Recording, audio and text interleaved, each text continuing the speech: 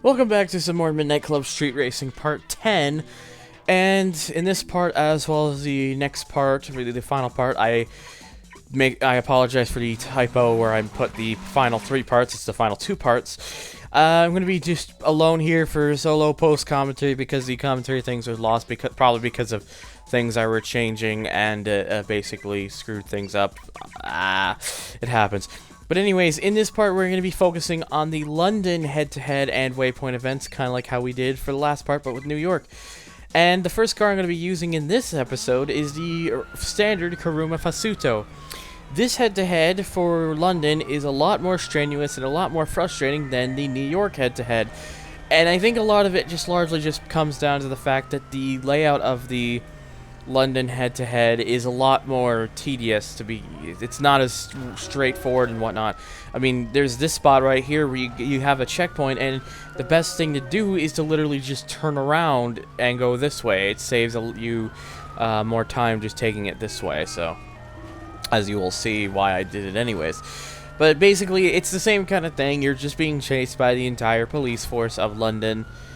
And it's a lot more frustrating in here too, because yeah, the New York one had a lot of police, but it's more closer. You don't have as much room to spread around. It's a lot more tedious to deal with, and in a couple spots, it's very frustrating. One of the spots you're about to see is something I did based on the fact that I could believe in the fact that I could do it. I mean, maybe the best thing would have been not to do it, but I wanted to pull it off. Because if you do manage to pull it off, you know, you do get the chance of actually saving a bit of time. And that's taking this little jump here and jumping over to the other side. I had too many instances where I would take the jump and just not have enough speed, so I'd either crash into the water or something completely different would happen, which you'll see at the end of this video. Basically, though, it's been a lot of frustration. This tunnel section, for example, hell. You really have to stay on the side by the wall so you don't hit the cars, but you also have to avoid the wall because, as you may have seen in other parts, you can get all thrown around, and it's just, yeah, basically. But regardless of that, once you do beat the event, you do, in fact, unlock, of course. And I apologize, I'm moving my mic a bit further away because I think it's picking up a little too loud.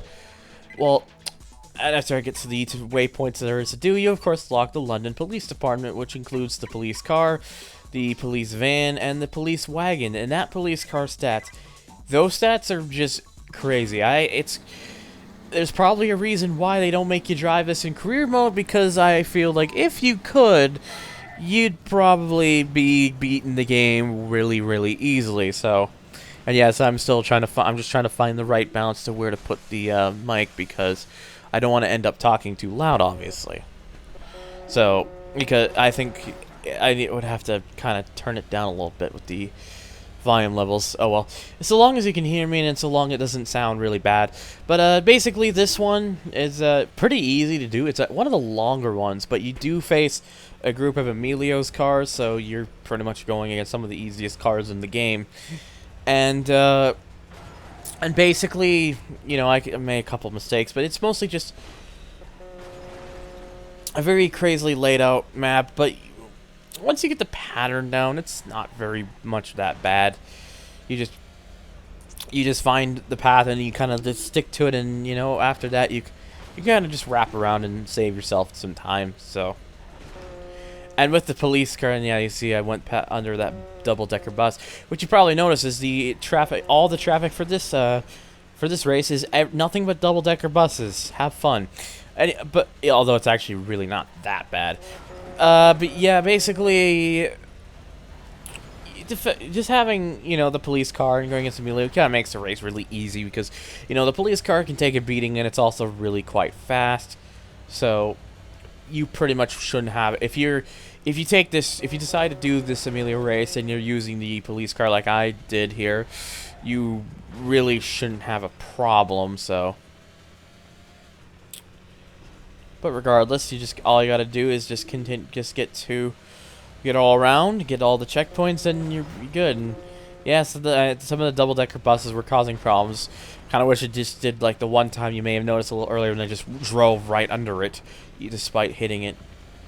But unfortunately, I didn't quite get that amount of luck, so, you know, I'll have to take what I can, I suppose. But yeah, it's a bit of a, yeah, as you can see, a bit of a longer one. Took over 2 minutes to finish. You probably could do this in under 1 minute, in under 2 minutes if you were really good and didn't hit any of the vehicles and whatnot. But yeah, I'm not that quite good. Anyways, the next race is with a bunch of Keiko's cars and is also quite simple to say the least. Again, you know, Keiko's cars. You know, there are, of course, you have cars that are, well, good at handling and good to get around corners. But you know, having the police car, this car is already really quick and it handles quite well. So pretty much, it's again not really much of a challenge. The challenge really more is just knowing exactly which way you want to go. But just take the route that you see here for this race, and you should be fine, I'd say. So, excuse me. But basically, now if you're wondering about the commentary, it was pretty much just not that much different. I think Emil did join by this point, so it was like the same group of people. I think Zero had to leave for something that was going on, but Emil had joined in, and I don't know if anyone else joined in. I can't recall for sure. So, oops. But basically, though, again, this route's a bit of a mess, I know.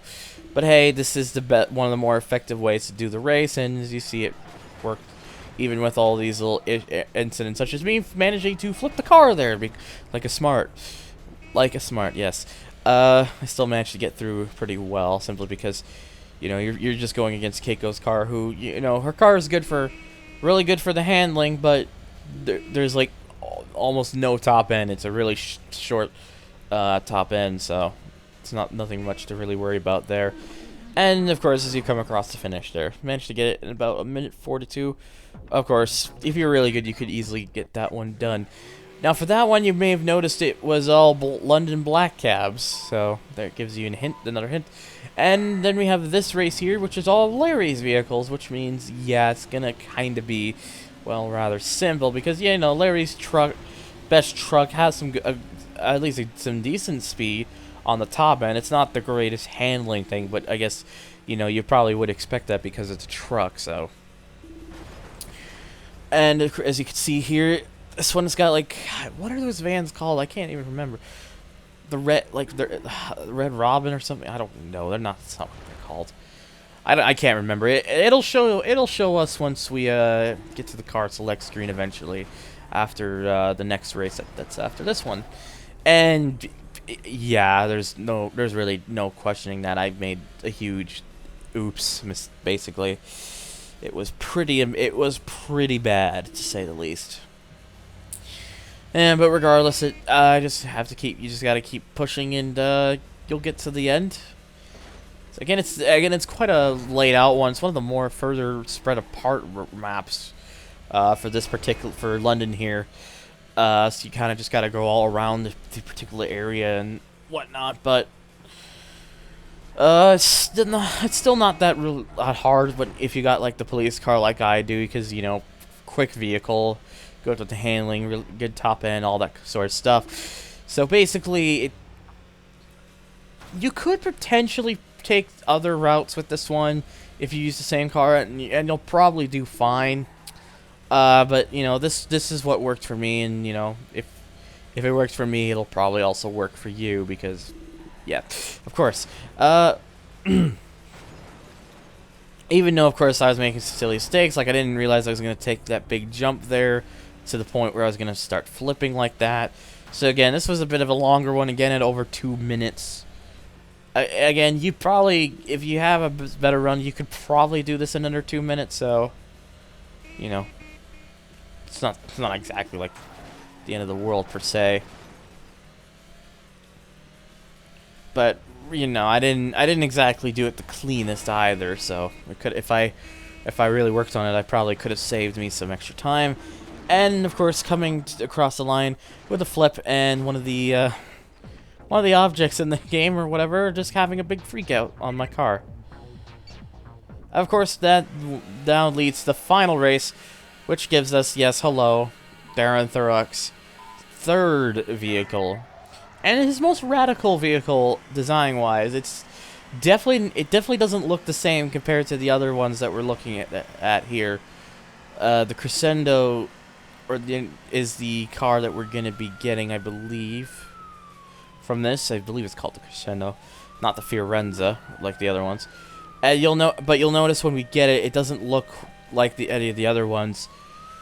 And I didn't exactly get a good chance of being able to show it during this race because it kind of just passed it by, and after that, it really wasn't much seen again. I mean, it might be seen a bit here. No, actually, he doesn't. Okay, no, Darren doesn't actually get any quicker here.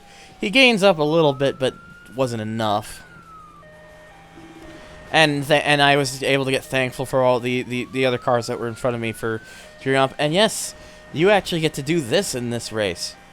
Take a giant jump. It's called the Thames or whatever. Not sure if that's how you pronounce it, but it's the Thames, I don't know. It's a big jump. You get a lot of air. If you can build up a lot of speed, which is possible, you're in for a lot of fun, basically. So it's definitely worth taking a look at if you're just one day playing this game in the cruise mode, which I like doing a lot because, you know, just being able to kind of drive around and go crazy and all that sort of stuff is always entertaining to me, to say the least. So yeah, but yeah, this one's a little more linear, it's a little more straightforward, and once you get it down, you should be able to do the race. Not too many problems. Even if you used like the Fiorenza 2, and you'd probably be just fine with this one. So that's at least a good thing. So anyways, that's going to do it for the London head-to-head and waypoint races, as we've now done all of them. So I'm just going to go and show what we've unlocked here. We've got, once this scrolls over, we have, of course, those, which don't actually change. I don't know why I exactly showed this off again, but whatever. But you get the double-decker bus, which is mostly just for durability, and that's about it. The black cab, which is actually pretty good. And oh yeah, the Crown Mail, that's what is good, which isn't actually that bad either. And of course, still no Zender Type S. The game just kind of screwed us out of it. But I will be showing it off in the next part, because I did use a Game Shark to help me properly unlock it to show it off anyways. And in the final race, we got the Crescendo, which looks like a Nissan Skyline, so it's a pretty radical difference in design. And it's lower on the top speed than all the other two, but it's got great acceleration, better durability, and even better handling, and 15 nitrous units. Yes, you can use the nitrous 15 times in this car. That is great.